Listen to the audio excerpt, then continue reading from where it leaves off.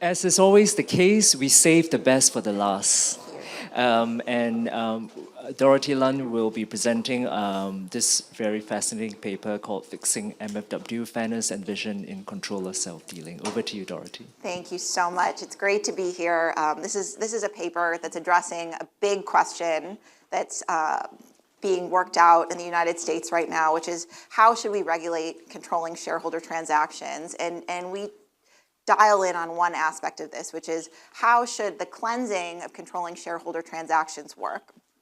And so to do this, we use two landmark cases. One is Tornetta versus Musk, which was the case that invalidated Elon Musk's record-breaking compensation package, and also the Solar City case, in which Tesla bought Solar City and other two Musk-controlled companies. And we look at these cases, and we use this as a vehicle to critique controlling the controller cleansing framework in Delaware. And we show that it's failing more often than it should, and this leaves courts with this very challenging task of engaging in complex and error-prone valuations. So we're going to also give you some proposal for reform, and as well as a bonus critique of the new amendments to the Delaware Corporate Code that change the existing framework for controller transactions. So I'm going to start by going over our baseline, right, how these controller self-dealing transactions are regulated. And then I'll get into the valuation challenges that courts face very briefly. Then I'm going to talk about MFW and its flaws, and then I'll conclude with our proposals. Okay, so the baseline, the beginning, the framework for controlling shareholder self-dealing transactions is that when these things are challenged, they're reviewed under the entire fairness standard of review. And this is the most searching standard of review in Delaware. It asks the courts to look at whether the process leading up to the transaction as well as the price is fair. And there's some obvious issues here. You know, this is very expensive and complex to do. Delaware courts are very sophisticated. They're very good at this, but it's not an easy task. And I want to now explain why it becomes impossible when idiosyncratic vision is at stake. So what's idiosyncratic vision? Assaf and Zohar have been writing about it for a while. Many of you in the room have a sense of it by now, but for those who don't, idiosyncratic vision is an entrepreneur's belief in their unique idea or their unique ability to execute on an idea, and that doing that will result in above market returns. And one of the things that's really crucial here is that idiosyncratic vision isn't testable at the outset. So you don't know if somebody has it until many years down the road. And so this is the trouble for traditional valuation techniques, right? The most popular methods in Delaware are comparable companies analysis and a DCF analysis. And these methodologies basically try to say, well, how would these assets trade hands in the marketplace independent of the people who control them? And so this presents a big problem, right? Because we say individuals can make a big difference, and we're not going to be able to account for that in these valuation methods. This is a crucial flaw that undermines the court's ability to rely on these valuation methods. And so this is all going to complicate entire fairness review. Most obviously, like fair price, that depends on valuation. If you can't do valuation, it's going to be hard to figure out what the fair price would be. But it also comes into play in the fair process analysis. So when you are going in to negotiate a transaction with a controller, you have to start with some estimate of value. And so if you can't know what that starting point is, it's going to be really difficult to engage in that negotiation. It's going to be really, really difficult for a court to look at that process after the fact and say, was this done well or was this done badly? Okay, so let's now bring this to the Tornetta case, right? This is again where the Delaware Chancery Court said Elon Musk was overpaid. This $55 billion pay package was too much. And so, one obvious issue here, we didn't know what the value of Musk was going to be to Tesla in 2018 when this stock option package was awarded. So how does the court figure this out? Okay, so the court thinks about a bunch of things. They say, well, how does this compensation compare to other CEOs, like the average CEO, right? Obviously, this is problematic. The rationale for giving Musk all this money is that he was an above-average CEO. He only, Musk, could cause Tesla to achieve these milestones. The court also looked at the form of the negotiations and says they're quite collaborative. You know, this ignores that in a repeat player scenario like this, a negotiation over compensation, sometimes you want to do a collaborative negotiation. It might not make sense to be adversarial. The court's analysis was also colored by hindsight. So they ignored that at the time, 2018, when this grant was handed out, Tesla was basically on the verge of bankruptcy. Things were looking really, really grim for Tesla. Instead, they took a look at the court took a look at this many years later, after all these milestones had been achieved, and used that to color the conclusion that this was far too much. So I want to say this because I think it really emphasizes that if you can't do this valuation thing, it makes it really hard to think about entire fairness review in this context and to be able to perform this judicial valuation. And so many of you may now be thinking, well, wait a second, right? Entire fairness isn't always, you don't always have to go to entire fairness. Sometimes you can get cleansing under MFW. So I'm going to talk now a little bit about MFW, and then and later I'll talk about the new framework that came out in March of this year for the regulation of controlling shareholder non-squeeze out transactions. But for now, let's just focus on MFW for a second. So MFW basically says you can cleanse a controlling shareholder freeze out transaction if you do two things, right? You get a special committee that negotiates and approves, and you also get a majority of the minority shareholder approval. But this has been failing more and more often over the past few years, and this is putting judicial valuation back at the center of the trial. And there's an important reason why.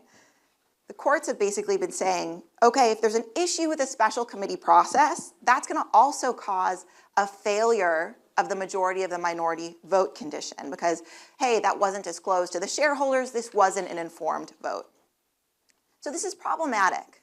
Before MFW, you could use each of these different cleansing mechanisms to get a burden shift, and they weren't interconnected at all. So a controller could seek a majority of the minority shareholder approval without any special committee negotiation at all, and they would still get that burden shift. But now we have this interconnectedness, and that again means that the failure of one can lead to the failure of the other, and this undermines MFW's chief benefit, which is let's avoid entire fairness review. So I'm going to now talk about our first proposal here. We think courts should not deny the cleansing power of the shareholder vote based on the failure to disclose information about the special committee process. So long as shareholders are informed about the material financial terms of the transaction, their vote would be respected. And I want to be really crystal clear here that this proposal, along with the others that I'm going to talk about, apply to all controller transactions, not just those involving idiosyncratic vision. And that's because we came to this project thinking about Tornetta, thinking about idiosyncratic vision, but then as we got into it a little bit more, we realized that we were identifying flaws in this doctrinal framework that extended beyond that special case. And so our proposals, we think, this and the others that I'll tell you about in a second, would improve the regulation of controller self-dealing across the board. Okay, so that's proposal one. One concern you might have is, hey, wait a second.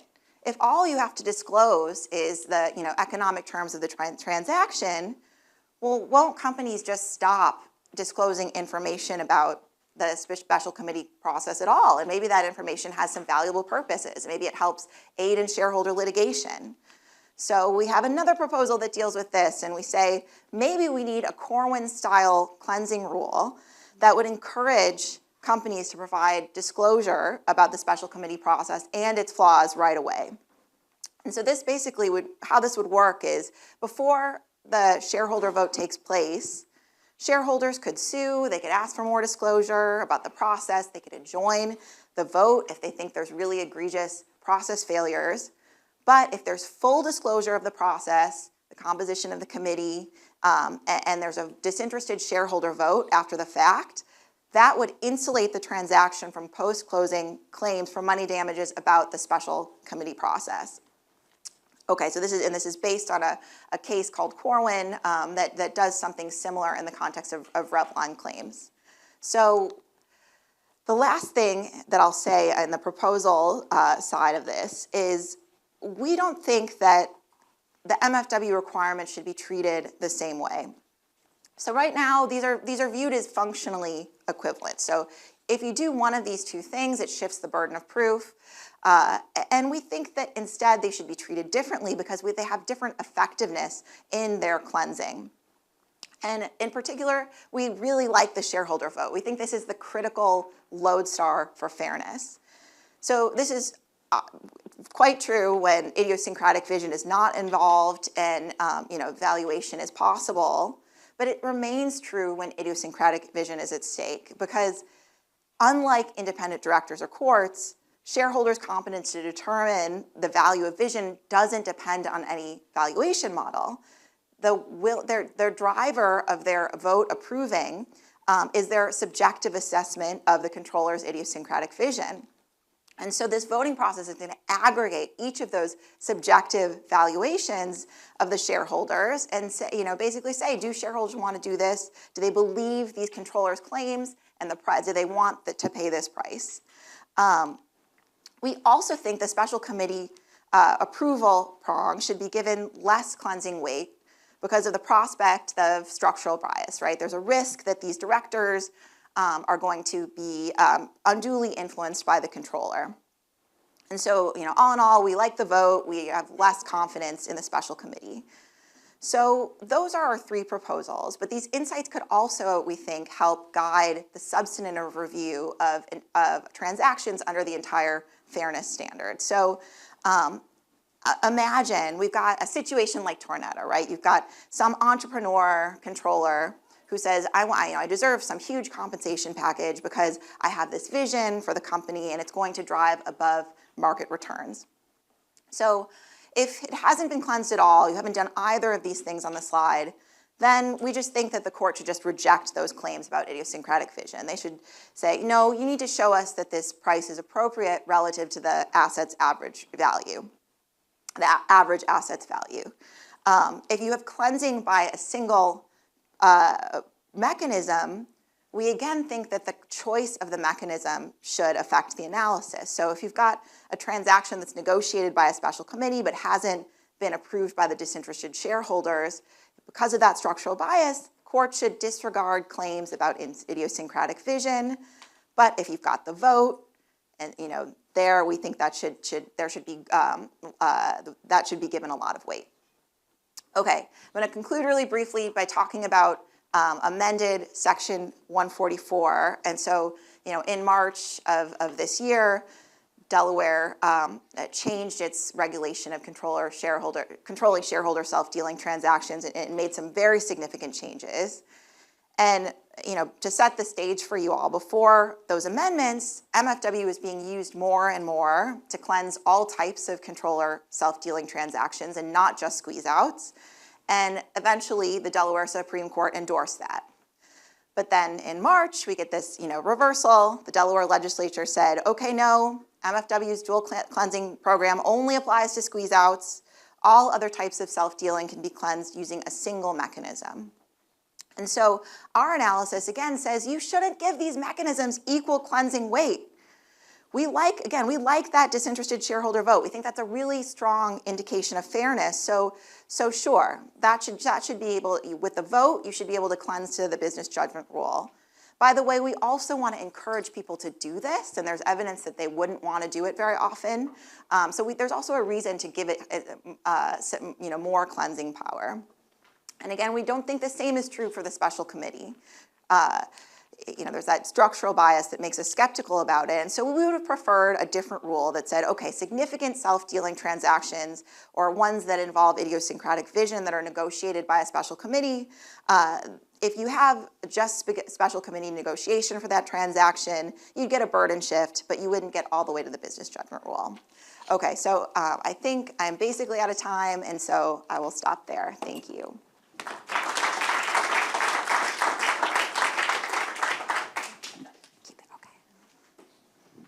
we have again Goto as the discussant.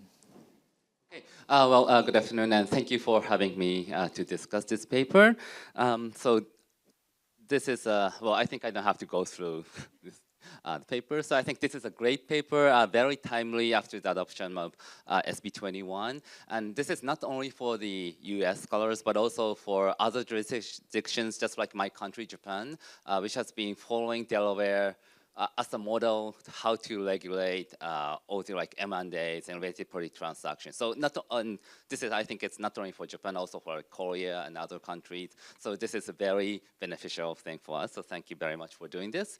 And what I found persuasive, well, your criticism that on Toneta, and also like how courts are unable to value the idiosyncratic vision of entrepreneurs. So I think it's very persuasive. But I found a bit questionable that whether applying your proposed solution to all self-dealings, including those that do not involve idiosyncratic visions, like normal free cells. So I'd like to go a bit more on this. So, so MFW has two requirements. And in my understanding, the reason of having these two things, special committee and majority of minority decision by disinterested shareholders, I think the reason is that there are pros and cons for these two. So special committee, they are good at negotiation, but they are not so independent. Whereas disinterested shareholders, they are very independent, but because they are like a bunch of people, so they cannot negotiate on their own terms. So there are pros and cons. So the reason of having these two is just to have both to get the best of both worlds. So the question is that, so Dorothy and her co-authors suggest that MOM is better. So, but if you are going to have only disinterested shareholders approval, then what to do with the negotiation part? And they suggest in the papers that maybe institutional investors or proxy advisors can substantially substitute for this negotiating part. Their pressure will put some pressures on the management or the controller to give a nice price. But this has been questioned by some people like Ed Locke. I won't go into the details, but I'm not so sure whether we can just really trust on institutional investors and ISS or Glass Lewis. So I have another possible explanation. So, so their focus on idiosyncratic vision, I think this is very interesting. And the one typical case is Elon Musk's compensation, the huge package. And they suggest that in this case, adversarial negotiation is unrealistic because they want to retain Musk and also incentivize Musk to put Tesla in good shape again. So they cannot go hard. So they have to be a more friendly negotiation. And so as long as shareholders are happy with the amount that they are giving to Musk, then it should go through. So I think this is very persuasive argument.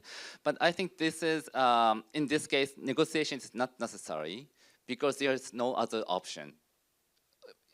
Elon Musk is a very special person in many ways.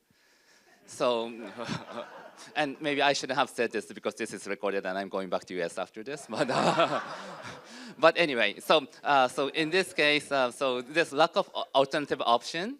So the special committee is not so necessary because there's not much room of negotiation. So you can just give it to shareholders to say whether they like it or not.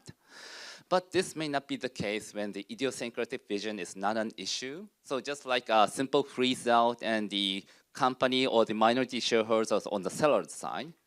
So the question is whether they're going to sell their shares to the controlling shareholder at a certain price or sell that shares and also the company itself to some other party. So if there's a third party acquirer, then adversarial negotiation is more realistic. Of course, it's still difficult because if the controller says no, this won't happen. But I think Delaware law has some mechanism to make this happen. So if you think in this way, maybe like cases like freeze out and those cases with where idiosyncratic visions is important are different. So Dorothy and Hako also suggest that we should apply same cleansing mechanism for both types of cases, but I'm still wondering whether that's a good idea. And there are some minor questions. So Dorothy and Zohar and Assaf suggest that MOM is better. You say that you like the disinterested shareholders approval better. So my question is that why don't you stick with that? Like you still give some room for special committee to do something, but if they are not so trustworthy, if they are not so independent, then one option is to just require MOM always, or just give business judgment rule protection just by MOM. But you don't go that far. And maybe this is because you want to keep some like continuity from the current Delaware case law. But if you're giving some value still to special committee, it'll be nice if you can elaborate a bit more on that part. And the other option is to increase the independence of a special committee, maybe by requiring a majority of minority decision when appointing those independent directors or those committee members. And two more minor things. Well, one is, so I agree with your view that Tonetta was a case that involves idiosyncratic vision of Elon Musk.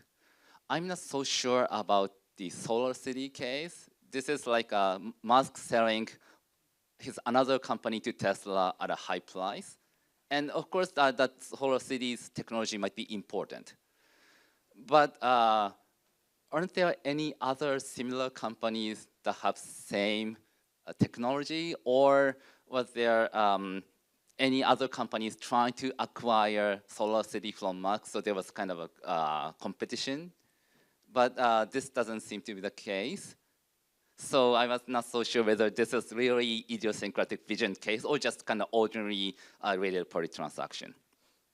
And the final thing is, well, this is actually a question as a kind of a foreign scholar trying to learn Delaware law. So, well, is Tonetta an exception or a new norm? Because your courses, Zohar and Assaf, has another recent paper on specialty court, and they suggest that Tonetta is problematic, but still the Delaware case law is still valid and important. So it may not be that good idea to move to Texas right away. So, so do you think that Tonetta is just an exception, maybe because of the peculiar personality of the person in question, or this gonna be the trend in Delaware that Delaware judges are kind of looking to hindsight bias and being affected by those things? So that's all I have, and thank you so much. And I think this is a wonderful paper. Thank you so much. Dorothy, would you like to respond? Yeah, sure. I'll just say a few things. I think you should. Oh, I should come back up. Okay. Let me just say a few things, because then I want to hear from as many people as possible. First of all, thank you so much. Really fun and provocative comments that we need to think about a lot. So, I'll just clarify, and I think you made this point in your comments later.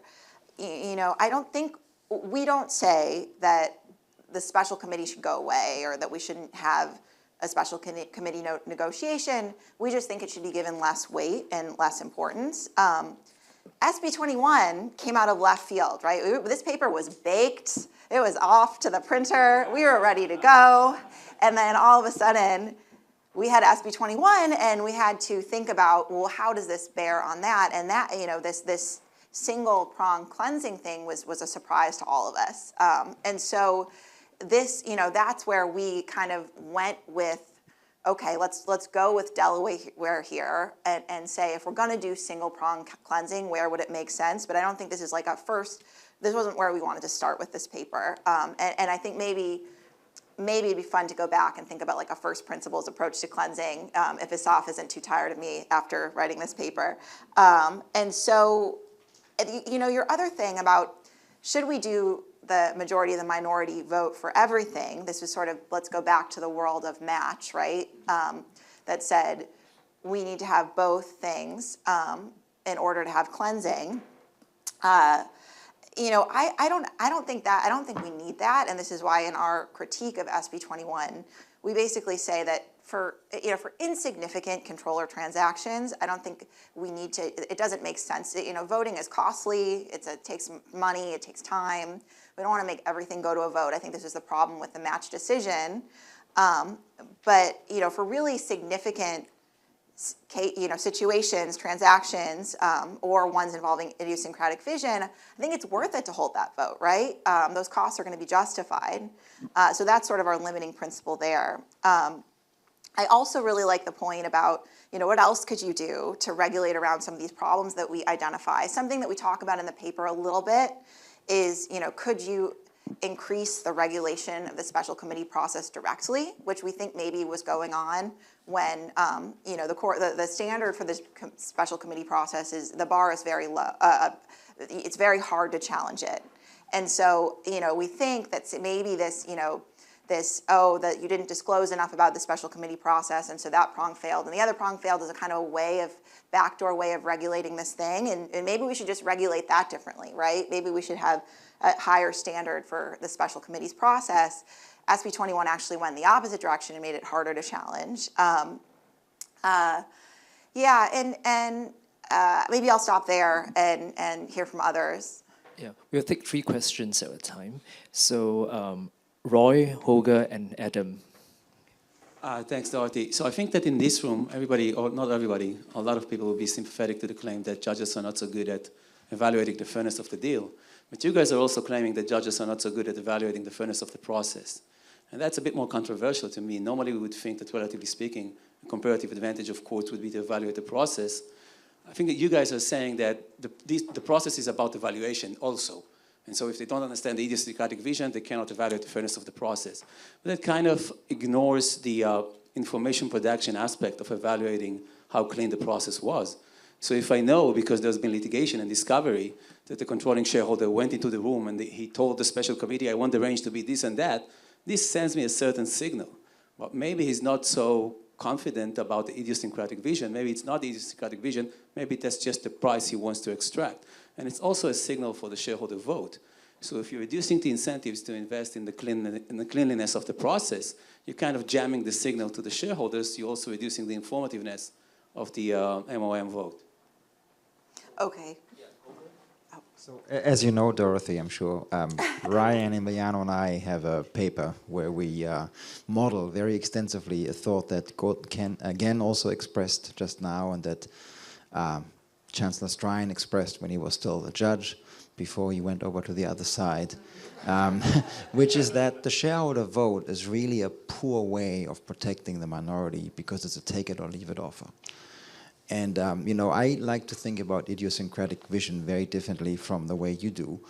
I think of it mostly as private, like a good that can only be provided by one person. You can't buy it in the market. I genuinely believe that Elon Musk can't be easily replaced. And what that tells us just from normal bargaining theory is that there's a huge surplus to be split between the two sides. Meaning the take it or leave it offer is especially dangerous in that context because the controller can just put it to the minority and they can vote no, but if they vote no, well, I mean, they lose, and so they're not going to vote no. What does the controller do? You just lowball the offer. And so that's why I'm quite skeptical about your proposal. You haven't addressed our argument, so I wonder what you would say to it. And I also would wonder if courts have difficulty doing valuations, which I think is a staple of Delaware jurisprudence. In fact, it's the basis of MFW. This is not new. This has always been like this. From a deterrence perspective, all you need is that courts get it right on average. And you said you think the shareholders get it right on average. I think that's what you were saying. You're saying they vote and they all have a signal modeling language, and then on average they will get it right. the median will be sort of correct. Why don't you think that judges will get it right on average? They can have huge variance, but that doesn't matter from a deterrence perspective. So, yeah. Okay. Yeah, I was just wondering what if you had thoughts on TripAdvisor, right? Because TripAdvisor strikes me as kind of making all this stuff moot, right? Like if you you just wait until you can switch to Nevada where you can do whatever you want, and that's reviewed on the business judgment rule, right? And so then we're kind of in Holger and Emiliano and Ryan's world where you can just do whatever you want. So I think you have to take a stand on TripAdvisor potentially, and so I was wondering if you had thoughts on that. Okay, great comments. So let me start with Holger, because you're right, Holger. We addressed your paper a lot in the paper.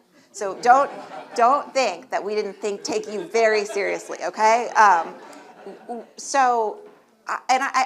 We took it so seriously, like I want to acknowledge everything you say is right? Like I think that there are limits to a shareholder vote. There's limits to the special committee process. And I think we just do the math and we come out at a different place than you do. And I'll tell you why. So, the special committee has a lot of advantages, right? There's maybe greater information in certain circumstances. They have, advised by investment bankers. There's this iterative negotiation process. And let's just assume for a moment that there isn't the same with shareholders, but I'll tell you why I don't think that's right in a second. I think you know what I'm going to say, but I still think we can look at the shareholder vote and say that there are things that are better, and it's because of the structural bias.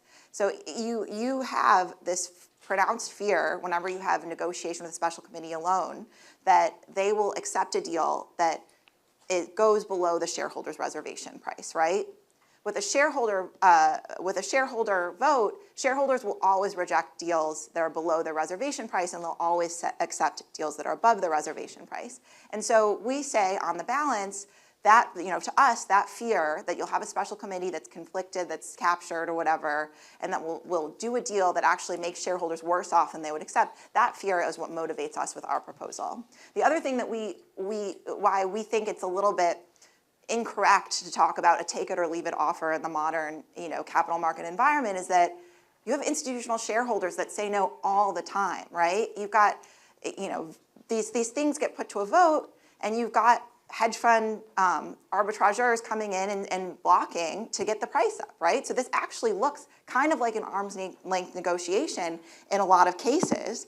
And this is one of the reasons, by the way, that nobody wants to send the thing to a vote, right? If you can choose between special committee and sending it to a vote, you're going to choose special committee over and over and over again. And that's exactly what we saw before MFW. And, it's really risky to put to a vote. You might have somebody coming in and bidding up the price or, blocking the deal. So I take seriously everything you say. I think I just look at it slightly differently. Roy, yeah, so again, we don't want to have an unclean special committee process. We care about that. We think that it's important, and that's the origin of that Corwin style rule. I want to just make that super clear. I think our point is sort of more modest, which is that I don't think people have realized the extent to which when the value of somebody is unknown, it makes it really hard to evaluate a bargaining. And it makes you have to look to places that might not always give you the right signals, right? Like, was this adversarial? And again, we don't want adversarial negotiations to be the lodestar for good negotiations, because A, sometimes adversarial negotiations don't make any sense, like in a repeat player scenario. And B, what are you going to get? You're just going to get a bunch of people doing cosmetic compliance, right? They're just going to be going across the table from each other and going, oh, I'm going to push you harder until you say yes, and it's going to be all fake, right? It's going to be this big song and dance. So that's all I'll say to that. And yeah, Adam, fun question about TripAdvisor. So for those in the room who may not know this case, this is a case where basically initially the Delaware Court of Chancery said that anytime a company wants to leave Delaware and that's being pushed by a controlling shareholder, that's going to be evaluated under the entire fairness standard of review. And then that was reversed, and it was basically, the court said only under certain circumstances would that happen. So do we care about any of this anymore, right? If everybody can just leave, there's even a more extreme version of this that Eric and I are working on in a paper, which is like, you might now be able to do all of this by an arbitration. You might just be able to get out of courts altogether and pick your law and pick the law that makes sense. And I think it's a hard question, and maybe we're all wasting our time worrying about these institutional details. I think at the end of the day, this flee out of Delaware, this narrative of like everybody's leaving is overblown. So I still think we should feel good about listening to this whole presentation and learning all of these details. I think this still matters, but yeah, that's all I'll say there. Let's take the next three sets of questions. Luca, Bobby, and Yishay. Thank you. Great paper. I have a question. It's not that nice, but if the proposed solution would apply to all transactions, if I understand correctly, so it doesn't depend on whether the transaction involves idiosyncratic vision. So it would be broader than that. And if it is also the case that idiosyncratic vision anyhow is a sort of metaphysical concept that is there, but no one knows whether it's really there until a lot of money has been made, and even then you don't know whether it's vision or luck, then if the real issue is the difficulty of evaluating the merits or the economic and financial aspects of the transaction, so why do you need idiosyncratic vision at all in your paper?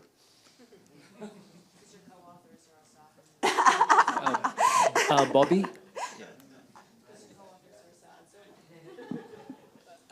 Yeah, just I guess two comments. So first is that I feel super old talking like this, but 20 plus years ago when I was in private practice, all we did was rely on the special independent committee. I mean, we looked at 144, and this was on advice from Richard Slayton. It was on advice of Morse Nichols, and so the idea of a majority minority was like a very rare. You would very rarely turn to this in settings where you might have a control setting, and things seemed to function pretty well. And David Berger and I remember reminiscing in October about how that seemed to be a more functional sort of path forward, and that may or may not have sort of informed some of the thinking behind SB 21. And so I just would invite you maybe to look back to sort of that empirical history to sort of see how bad things were when in practice people relied on special committees and not MOM.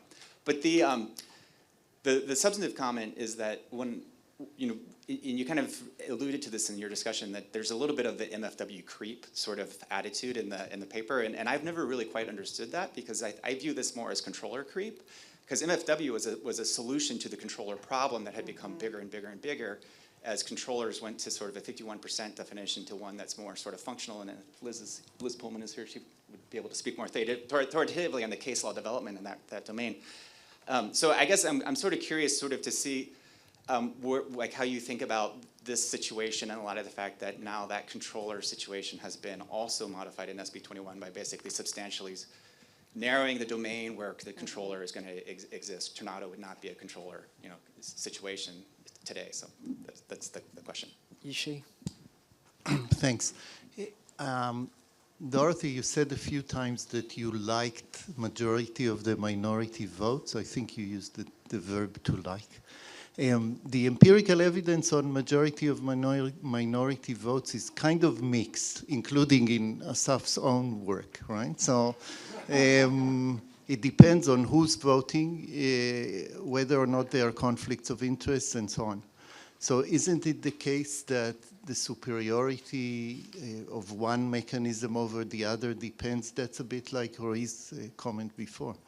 Depends on how you do it, and it's difficult to say that one mechanism is superior to the other. Okay, great. I'll go in order. So Luca, yeah, so we started this project thinking a lot about idiosyncratic vision.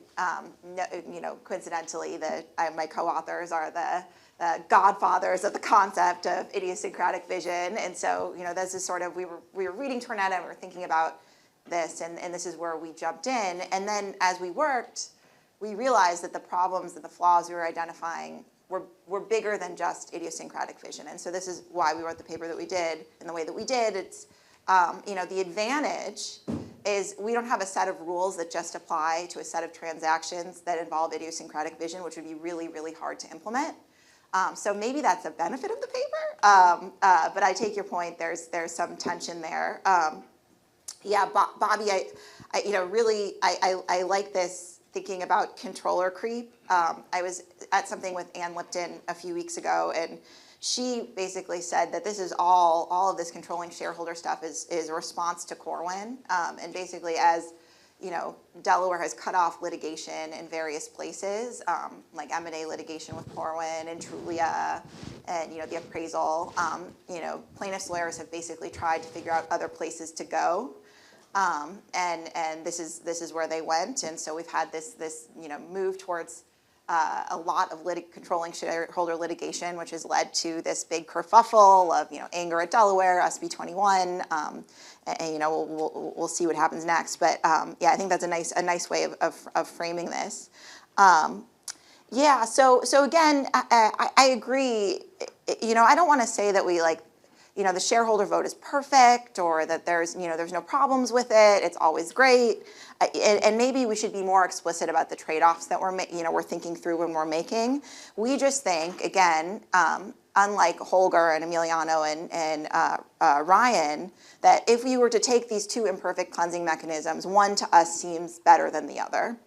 And again, we would have only go so far to say one is entitled to higher cleansing power than the other. Not that you can just dismiss one altogether, but then SB 21 threw us this curveball, and then we were forced to sort of think about it in those terms. Yeah, great. I think that's it, and I may be out of time. No, we still have time, so we'll Okay, take great. the last three questions. Jill, and then Jeff, and then yes, Emma. So, Dorothy, I love this paper, and I also love the sort of dueling between you and Holger. And I guess I get two things briefly. One, I want to sort of chime in on Luca's question, because I realize there's only so much you can do with response to your co-authors. But I think idiosyncratic vision may be a piece of why some of these issues are hard to evaluate from a substantive fairness perspective, but it's only a piece, right? There's a long history of the challenges in evaluating the fairness of executive compensation. One of the problems with TripAdvisor is how do you evaluate the fairness of reincorporating in another state? So MFW creep gets you into all of these areas in which our methodology for determining entire fairness, right, it's much harder, and that's the point that Stephen and I make. The other piece of this is that the challenge in the quality of a shareholder vote isn't just about information, right? Who's a disinterested shareholder, right? That was an issue that wasn't decided in the Tesla Solar City litigation, but it was on the table, right? Yeah. You yourself have written about, concerns that some of these big institutional investors might not be particularly well-informed decision makers. So you're putting all of this weight on a shareholder vote. Similarly, controlled companies often have a hard time getting a majority of the minority to show up, right? So it isn't just who's voting, but can they actually get the shareholder vote to satisfy the standard? And there's literature, practitioner literature, suggesting that's one of the reasons they aren't trying to do it. So I think, I'm sympathetic to your points, but I think the context is a little bit richer than at least your presentation really credits. Jeff. I wonder if Bobby's point about controller creep has maybe a different spin than the one that you were addressing, which is to say controller creep in the sense of it being more and more a target for a litigator, but rather controller creep being the willingness of controllers to grab more and more of the fruits of enterprise. And surely if Elon Musk had a pay package that was only $1 billion, the case would not have been brought and the court would have not ruled the way they were, even on exactly the same facts, right? So I'm sort of reminded a little bit of Jesse and Lucian's argument that the only constraint on executive comp is an outrage constraint. And it seems like another way to ask the question about controller creep. What if, do courts have anything to say about setting the social norms in which executive comp is an outrage? And in particular, if the shareholders are, I mean, this interacts with a concern about meme investing and the extent to which prices reflect real economic variables as opposed to something else, and whether the courts have any role at all in trying to set a set of norms and guardrails that ultimately feed back into a market that is a more reliable reflection of real economic variables. I realize this is kind of a speculative question, but it does occur to me that controller creep is really not about the litigators, but the behavior of controllers. Emma, and then Dorothy, you have 1 minute to respond. Oh Emma? my God. Maybe just a quick one following up on Bobby's comment and also Roy's. So Tornetta was not about how much Elon Musk is worth. The assumption was that you cannot price Elon Musk and any price would go. Tornetta turns on the fact that the board was beholden. So the decision was worthless, so it was set aside. And in fact, when Elon Musk was invited to make an argument about how much is he worth as an alternative, like as a quantum merit kind of cause of action, he refused to file any argument. So the court had no other option but to set the original decision aside, and that was it. So the question to you, why won't you just evaluate whatever mechanism you want from the perspective of fully informed consent by someone who's untainted? You can make an argument for one mechanism or another, but as long as the decision is made by someone who is not tainted and fully informed, that's about it. But who, the shareholders twice said yes to it. Who could be better to make that decision? The people who have their money on the line. But if I read the decision correctly, the court said twice the information that was before them was worthless because it was produced by a tainted mechanism. So this is Roy's point, basically. Maybe I'm the just first repeating time his I point. would give you that. The second time, they literally stapled the opinion to the proxy statement describing all of the process failures. So it's really hard for me to say that the shareholders didn't understand the process failures the second time around. So to me, again, I think that's a pretty good, so I only have a couple of seconds and there are a lot of good things I want to address. So let me try to move quickly. Jeff, I love this. I think that this is making me think about, we have not only, more controlled companies in the United States. This is like Elizabeth's work that we saw in the Law and Economic Workshop this semester. We've got a lot more dual class companies. So that's another version of this controller creep. And we've also got this phenomenon of visionary controllers. I'll quote Assaf on this too. Now we have this world of these controllers who wield all of this power and influence. And I think this led to sort of the disconnect between Delaware and California that led to SB 21, right? We had these controllers that were used to getting whatever they wanted and getting to call the shots, and that's sort of this California vibe, coming up on classic corporate Delaware law principles. And I think that, again, that tension led to this explosion in Tornetta, it led to SB 21, it led to this, Dexit threat, all of that. So I think this is a really good lens to view this.